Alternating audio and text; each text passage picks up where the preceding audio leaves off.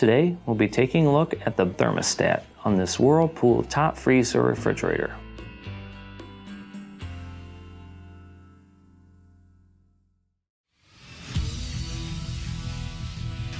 Be sure to visit ApplianceVideo.com, where you will find thousands of repair videos on the latest technology.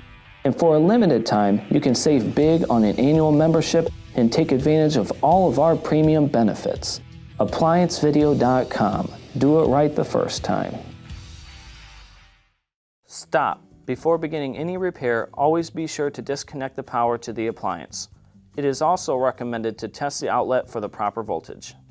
You will need the following tools to complete this repair. To begin, first we'll open the door. Then we'll need to remove this shelf. You can either remove this straight out or pull out the whole assembly. Just lift up, pull out, and set it to the side. Next, we need to remove the lens at the top here. In order to do so, use a small flat blade screwdriver or a tack puller. Put it in here, and you need to pry in on the tab, pull down, pull it out, and then set it to the side. Next, we have to remove this portion here. Is your light socket. It has 1/4 inch screw on each side.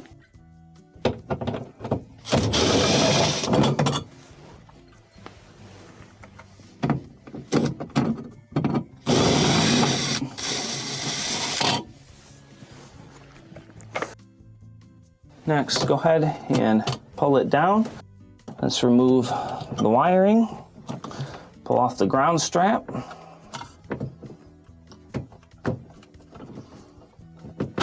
and set it to the side. Now, let's go inside here with the small flat blade screwdriver and remove this plastic cover. Just kind of press in on one side. It may drop down. Pull it off and set it to the side.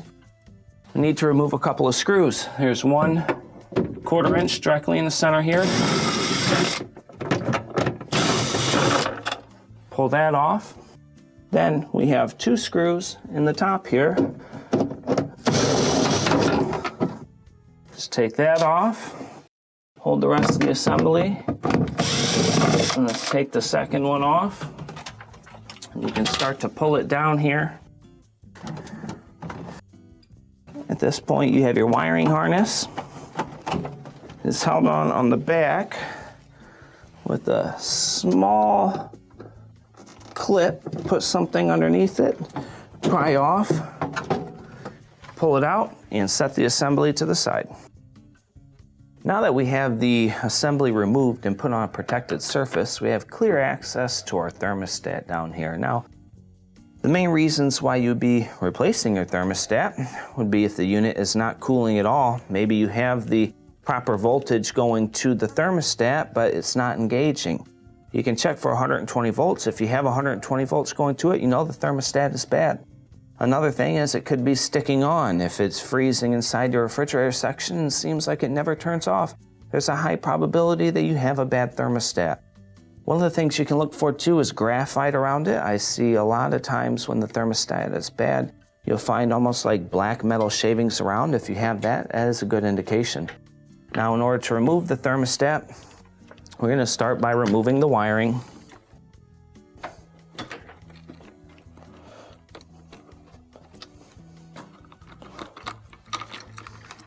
And then we have to pull it off of this housing. In order to do so, we'll pull this tape back first, just kind of leave it here.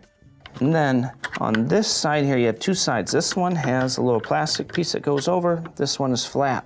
On the flat side, you'll want to use a small flat blade screwdriver or tack puller to pry up on the plastic, pull up on the thermostat.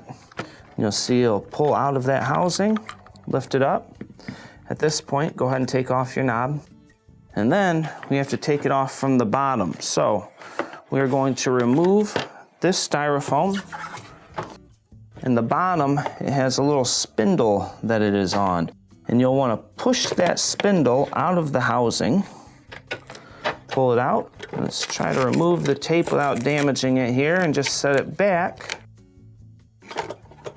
Let's start to pull up on the thermostat. Get it out of here without damaging anything and set it to the side. When installing a new thermostat, I like to try to bend it in about the same form that it was previously. Now let's put the knob back on. It can only go on one way. Slide it in place, make sure it turns. And then let's reinstall the wiring.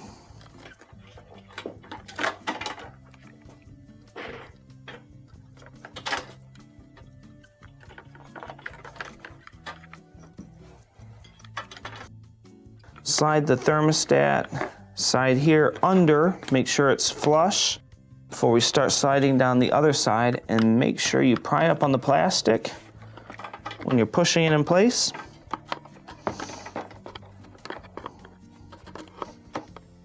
There we go. Let's put it to the side with that tape there. And then we'll go down to the bottom, set the flat side of the spindle down and pop it under that ledge. Try to route it the best you can in that little slotted area provided. And then go ahead and slap that tape back over it. Let's reinstall your styrofoam.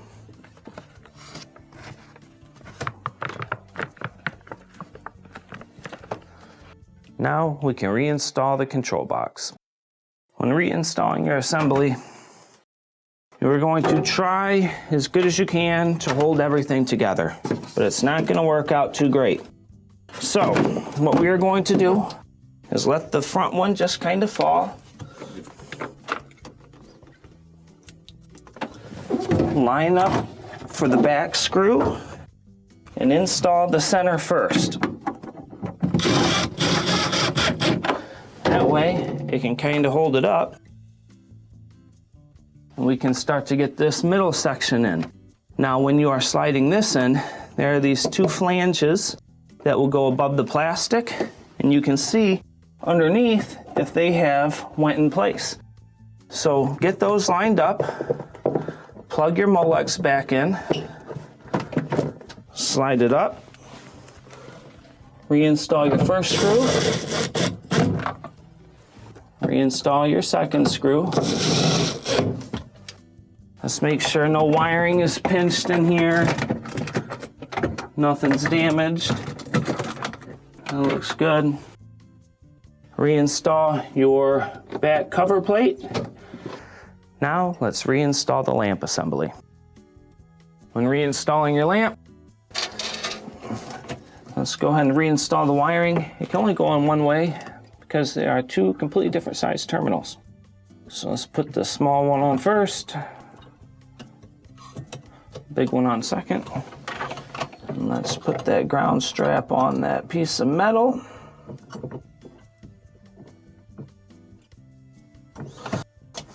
Now, let's go ahead and set it back in here. When we're putting it back in, you'll slide in the side. Underneath that lip, you may have to bend the ground back up, get it in place. Let's try to push through the first screw. Slide it over and push the second screw in.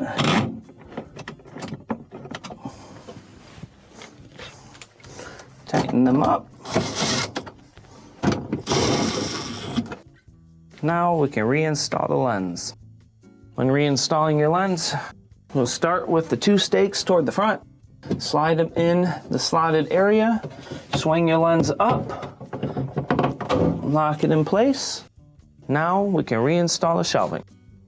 When reinstalling your shelving, we will bring it in onto the very top. Drop it in place. And this will complete your repair. Thank you for watching another quality video from ApplianceVideo.com. If you found this video helpful, make sure you click the like and subscribe to our channel.